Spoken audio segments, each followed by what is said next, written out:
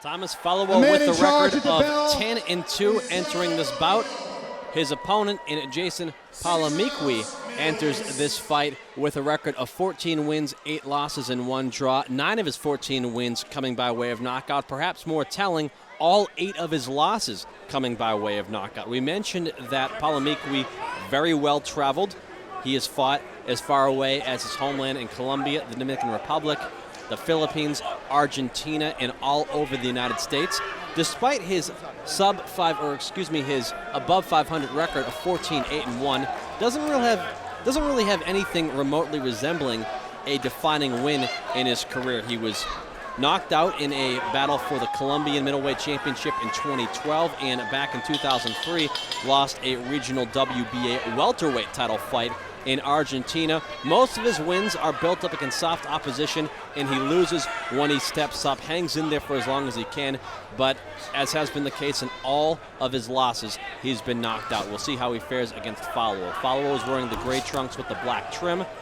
PALOMEQUE is wearing the red trunks with the black trim.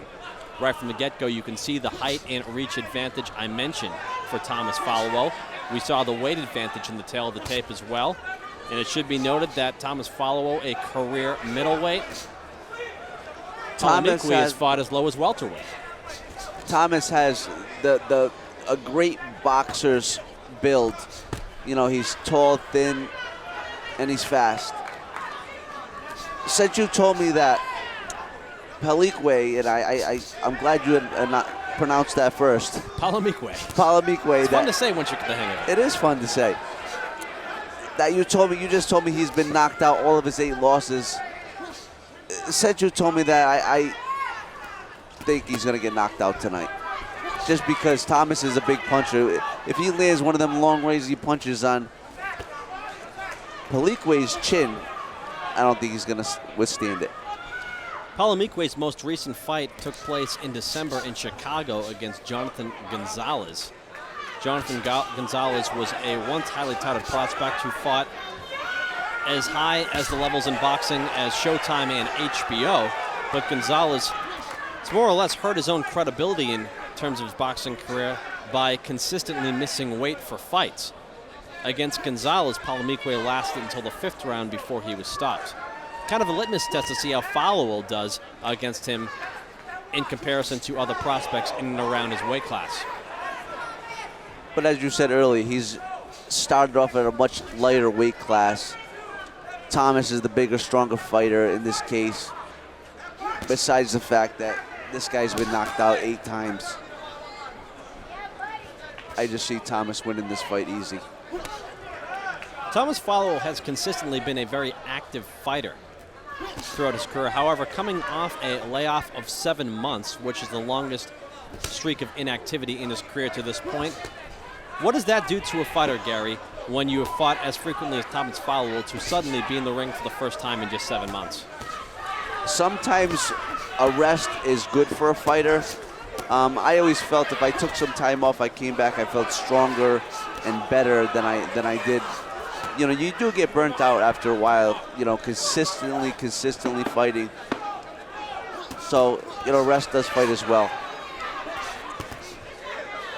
Well, so far the most noticeable change in Thomas FALOWO since we last saw him has been his hairstyle as he finishes off round number 1 strong against Jason PALOMEQUE. You're watching CES Boxing from the Twin River Casino in Lincoln, Rhode Island. Round 1 in the books of the scheduled 6-rounder between FALOWO and PALOMEQUE as we take a look inside the corner of Jason PALOMEQUE. And you will notice that his corner is speaking Spanish to him. PALOMEQUE speaks absolutely no English. So we're never going to know what he's telling them. Do you speak Spanish? No. And the translator's not the HBO. CES Boxing, we put a class in boxing. Fight fans, join us again on March 14th for CES MMA 22, the latest installment of our 2014 Cage Fighting Series, right here at Twin River Casino. Province's own Louis Rossdale, and Round 2 of the scheduled 6-rounder begins.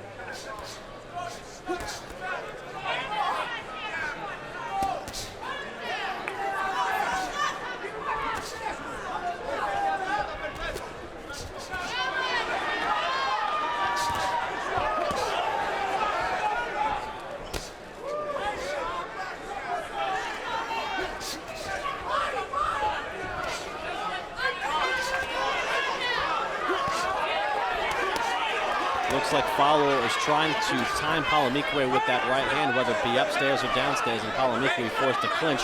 And Joey Lupino is having trouble breaking the two fighters apart, as PALOMEQUE does not want to let go of the clinch. Maybe he was hurt. Maybe he was hurt. I don't know why he was holding on like that.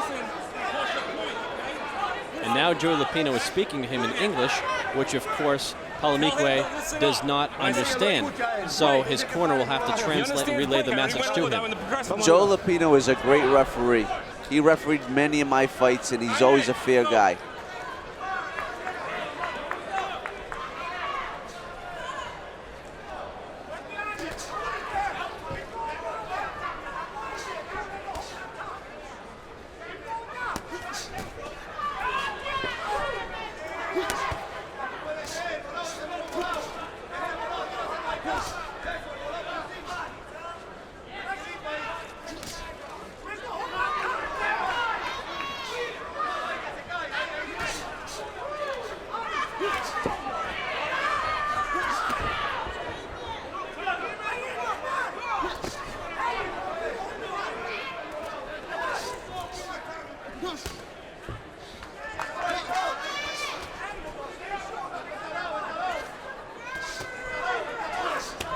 I like to see Thomas throw those punches a little more straight. Seems like when he loops them, he misses.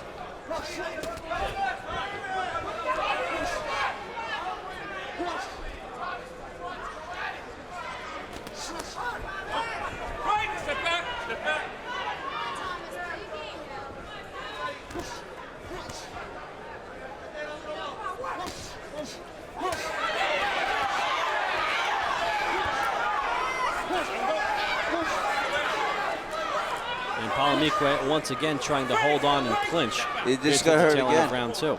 Got hurt again with left hook, right hand. Seems like every time he gets hit, he ties up.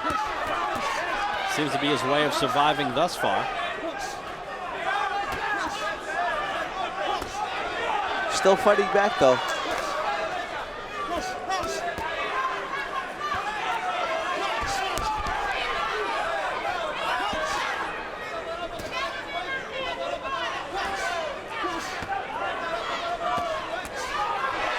And a left hand from Thomas FALOWO drops PALOMEQUE to his knees. I'm not surprised.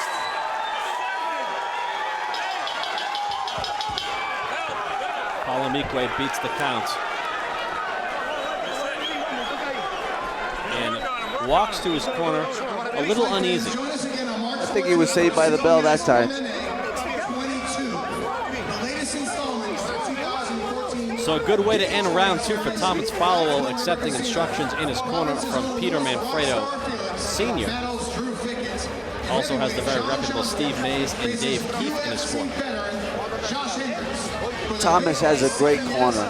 You couldn't ask for a better group.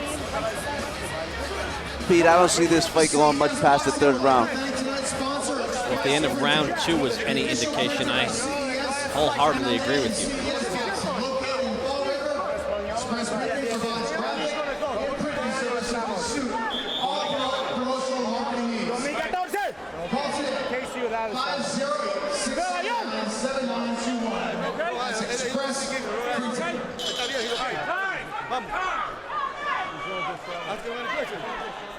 No, he's not. Ask him any other question. Okay.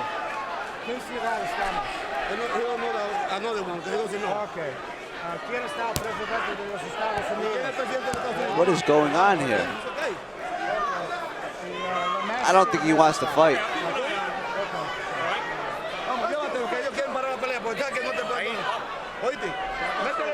Well, he gets off a stool to compete, and it appeared that the physician who was speaking to him did speak Spanish. So it did appear that they were able to converse on some level. And Jason PALOMEQUE is off a stool to compete for round number three. Round three of the scheduled 6-rounder.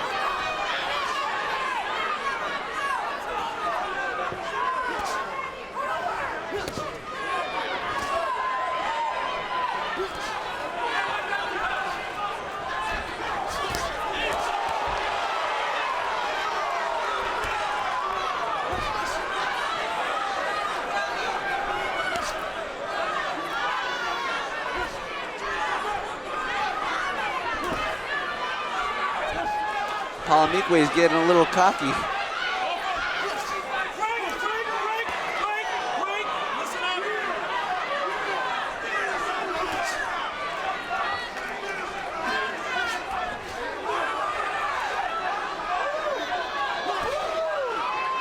PALOMEQUE now circling the ring and seemingly taunting Thomas FALOWO by keeping his hands low and making some high-pitched noises. Yeah, this is getting funny. I don't know if that's the best strategy considering that FALOWO dropped him at the end of round 2, but maybe he's trying to lure him in for something big. Looks like.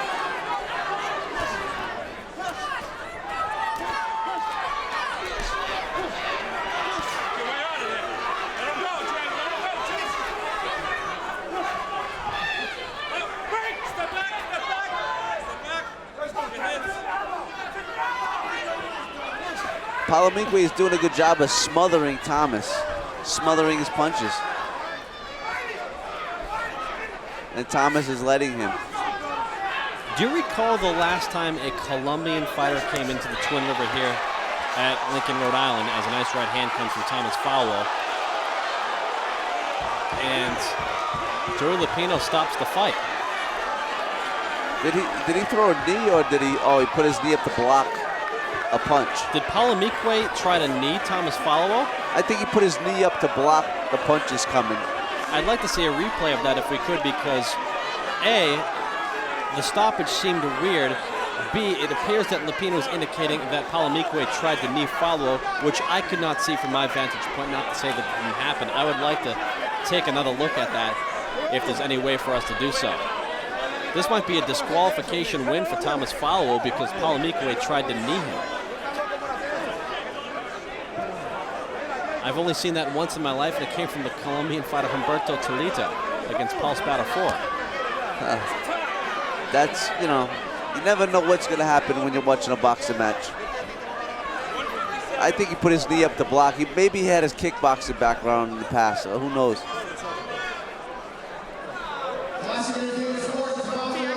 We'll take a look at the way the fight concluded one more time. We'll see if PALOMEQUE did, and he did put his right knee up. It appears to try to knee Thomas FALOWO. The knee did not land. Nevertheless, Joey Lupino saw it and said, all right, that's enough. Waved it off, and it appears that Thomas FALOWO will have a disqualification win over Jason PALOMEQUE here at the Twin River Casino. Regardless of what the result says on paper as to how Thomas FALOWO won, you and I could both see from the get-go that he was going to win this fight regardless. He was clearly the superior of the two fighters in there. We'll see the knee, and it doesn't land. I don't even think FALOWO knew it was coming at him. That was on it, and you really can't see it that good in the replay. I see it now. It looks like he's putting it up as kind of a defense, and I don't think he was trying to strike him with the knee, but well, even if he was putting it up as a defense, it's clearly illegal. You're right. Well, we'll get the official verdict from our ring announcer, Rick Provost, but as we mentioned, FALOWO in control from the get-go. It'll be a good win for him no matter how it comes. I'll tell you, you know what I think he did that for? I think he was looking for a way out of that fight. I don't know what went back after that second round when he was talking, but At 1 minute and he didn't want to be there 57 today. seconds of the third round, referee Joey Lupino has stopped the bout due to disqualification based on an intentional kick. And your winner is Thomas the Soldier FALOWO.